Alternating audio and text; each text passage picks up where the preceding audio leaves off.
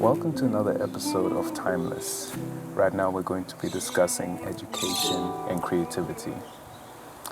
To my left, right, to my right is a good friend of mine. Would you like to introduce yourself? So my name is Kabuva Masule and I'm a speech language therapist, and I'm really passionate about education, communication, music and human interaction. How important would you say creativity is when it comes to education in general? I think that's such a good question, because when I just think of like us as humans, as children, and thinking about how we grow as children, children learn through exploring the environments, they learn through play. And when you look at the stages of play that children go through, it looks differently as they develop cognitively. And children then progress to being able to play in a more imaginative way, where they will use the cup as a car. Yeah. That's a lot of creativity. Exactly. Because it's a whole world in their head. Exactly. Yeah. So then I think, if we think about that, I think creativity is kind of to say at the forefront of education, or it's an incredible channel that carries education, if I could call it that. Yeah. So Yeah. So it makes it easier to get certain knowledge across. definitely. Yeah. Yeah. Can I add on to that? Yeah, please. And when I also just think about how we learn, like no one learns in the same way. And if we're not being creative, we might miss the opportunity to help someone learn, because we're not reaching them in that way. That's true. For example, I know there are people who say they're mainly auditory learners, and then other people are more visual. So maybe the auditory learners, like they're fine with just listening in class without taking notes, but then the more visual learner, they need to write it down as well. They need to maybe draw pictures, or maybe writing is sufficient for them, seeing the information. Yeah. So if we're not being creative in the different ways in which we convey this education, we could be missing people. Yeah. So it makes education accessible to more people. Definitely. Wow. And since seeing that we're both believers, I'm not going to be shy about this. I think we can go into this. Do you think that that's why the enemy, let me just say it straight, uses it as a form of distraction? Like, because if you think about, usually when creativity is mentioned, it's first thought about as just entertainment. Whereas the way you're speaking about it is, in a sense, like it's a tool to be able to convey certain information, certain things that benefits one's life. Yeah. But then we've seen the opposite, where it's just like used as just a way to distract people and to sort of get them, thinking about even the wrong things, right? Very true. So I guess the question here is, how do we as believers ensure that creativity is used in the most effective and wise way, and is encouraged in the right in that direction, rather than in a destructive direction? Yeah, I think that's such a heavy question, and I feel my answer is going to be so light, but I think it's very simple. Oh, go ahead. Just thinking about how if you enjoy something, you're going to learn like as you're enjoying it. And just thinking about how children learn through play. As humans, we learn a lot when we're enjoying something. Like if there's a topic of interest you enjoy exploring it. If there's a hobby you enjoy developing, growing more in it. Because there's continuous fuel to keep going. Exactly. As you're going, And I think like that's how the Lord has wired us. Sometimes we think acquiring or learning something, even in the context of education, because it's such a heavy foundational thing, we're forgetting that it should actually be something, it should be a process that we enjoy. And I think that's a gift that the Lord has given us, to be able to experience enjoyment. To enjoy learning. To enjoy learning. And like, as you previously said, like a loving father desires to see his children find joy in things. Yeah.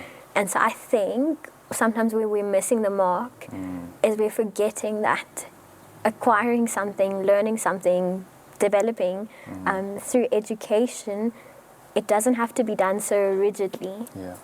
but we can find different ways to learn Yeah. through creativity, Yeah. through various ways, uncomplicated, Yes. and actually help to say like learn more effectively. Yeah. So I think that's where we're distorting it, where we're becoming like a little bit rigid in our thinking. We're making it more of a burden and not realizing it's a whole experience. Yeah. Yeah. I think we all have that one teacher that really made learning fun and enjoyable and opened the world to us. Like I remember for me, a biology teacher that I had that really got me to see the value in what I was studying. Yeah. Because there was once where when we were studying like the whole like digestive system and whatnot. Yeah. And it's sort of like seemingly like randomly in between that, she was like, you guys do realize that things like the blender was created as a result of this being studied. Wow. And when just that simple statement, I was like, it made me realize just how practical and real the stuff that we're learning is, and how it's even applied in different technologies and areas of life. And I was like, so this is why this is important that we understand. So it gave, when I went to study now after that, it's like there was purpose to why I was studying. It wasn't just me memorizing or just taking in stuff. It's like, no, this will be needed one day, you know? And so I think creativity does that. It expands our mind, especially as Africans, I want to say. Yeah. Because we're blessed with so many like natural resources and things just to our disposal. Yeah. But if we don't know what to do with it or have any vision for it, then it just remains as is. That's very, very, very true. Yeah. Wow. Yeah. So it's literally needed in every field. We're made in the image of a creative God, and so in order to, I think we thrive when we allow ourselves to explore and to face problems in a creative way. Yeah. Yeah, and that goes for all sectors and all Definitely. fields. Yeah. I love what you said when you said that when you saw that there was a purpose to it, bigger than what you're learning in the classroom, it made it more meaningful, almost to say, and like more something you enjoyed. And it just makes me think with creativity, like you said, just taking it beyond the classroom. I feel like that's what creativity does. That's good. As well. It helps paint the bigger picture. Wow. It makes something practical and functional. Yeah. Wow. Yeah. Wow. That is so wow. So whereas the world, right, like has sort of made creativity look like this just this fun thing that doesn't really have any utility to it. Ironically, the true creativity has utility to it. Very, very true. True creativity has function to it and a purpose to it. You know, like if I think about God's design again, like I discovered a while back how even the certain colors on, like, is it butterflies or just different plants in nature and whatnot, it's on purpose so that certain insects are attracted to it, so that you know, to keep the ecosystem going. So even the color choices and stuff that God puts in nature is not random, it's by design, so that the whole ecosystem can continue to go. So it shows you just how truly important creativity is. Definitely. Especially in a world where people want to sort of AI solve everything. Yeah. It's like we mentioned previously, without creativity, there is no AI in the first place. No. So even to keep that going, you need creativity, you know, to feed it. Definitely. So human creativity, human intelligence is paramount before anything. It is. And we don't want to get to a place where we're so dependent on tools that we forget that we've been given this natural resource to be able to create and make things from scratch and whatnot.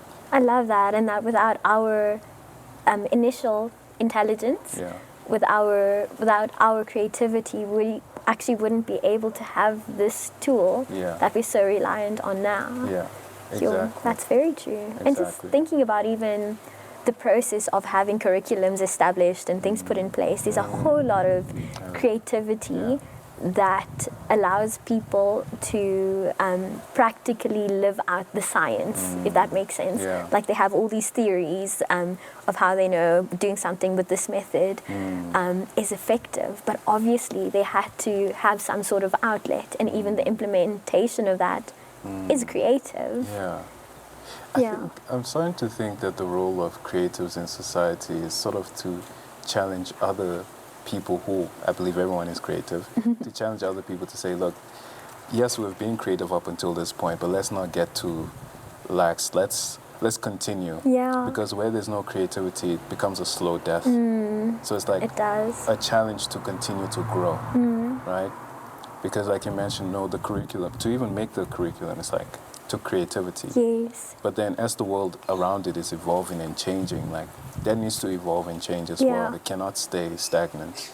And so the purpose of creativity in that is to ensure that things are being renewed and that things are progressing in the right direction. Definitely. Yeah. Very, very true. Sort of made me, I was watching a documentary on Nokia and how they got overtaken as like the dominant cell phone Yeah.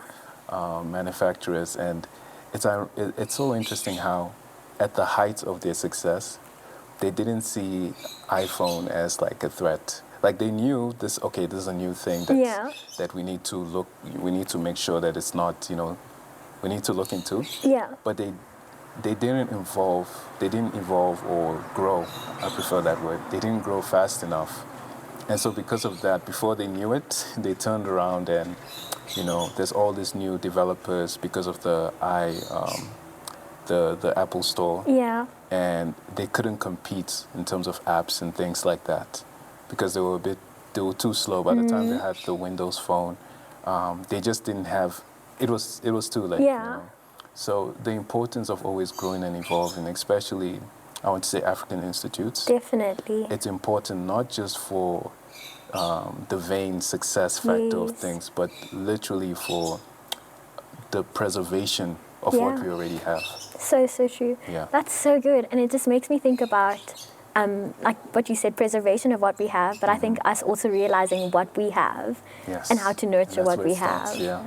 And like that is a form of creativity, like something, we see it in the environment. We see it with how things are specially adapted and how how we acclimatize as humans into different areas. Yeah. But just thinking that if we were to sustain something here in Africa, it would be different to how we would think of sustaining it in Europe. So just thinking practically, like how are we nurturing what we have to sustain it, like you said. That is so good.